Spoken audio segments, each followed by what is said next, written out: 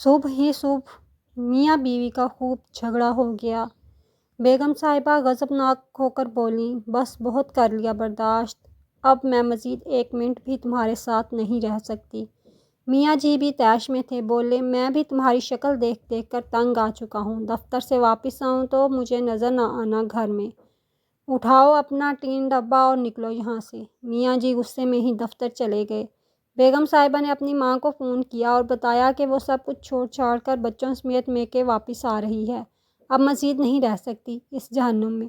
ماں نے کہا، بندے دی پتر بن کے آرام سے وہیں بیٹھ، تیری بڑی بہن بھی اپنے میاں سے لڑ کر آئی تھی اور اسی ضد میں طلاق لے کر بیٹھی ہوئی ہے، اب تو نے وہی ڈرامہ شروع کر دیا ہے، خبردار جو ادھر قدم بھی رکھا تو صلح کر لے میاں سے، اب وہ اتنا برا بھی نہیں ہے۔ ماں نے لال جھنڈی دکھائی تو بیگم صاحبہ کے ہوش ٹھکانے آئے اور وہ پھوٹ پھوٹ کر رو دیں۔ جب رو کر تھکیں تو دل ہلکا ہو چکا تھا۔ میاں کے ساتھ لڑائی کا سین سوچا تو اپنی ہی کافی غلطیاں نظر آئیں۔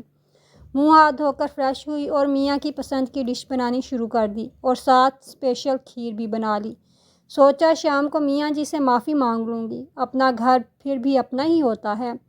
شام کو میاں جی گھر آئے تو بیگم نے ان کا اچھے طریقے سے استقبال کیا، جیسے صبح کچھ بھی نہ ہوا ہو۔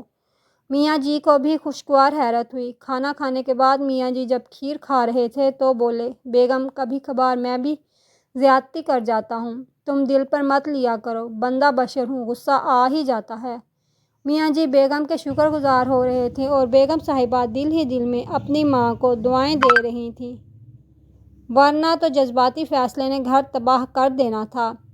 اگر والدین اپنی شادی شدہ اولاد کی ہر جائز ناجائز بات کو سپورٹ کرنا بند کر دیں تو 90% بگڑنے والے رشتے بچ جاتے ہیں۔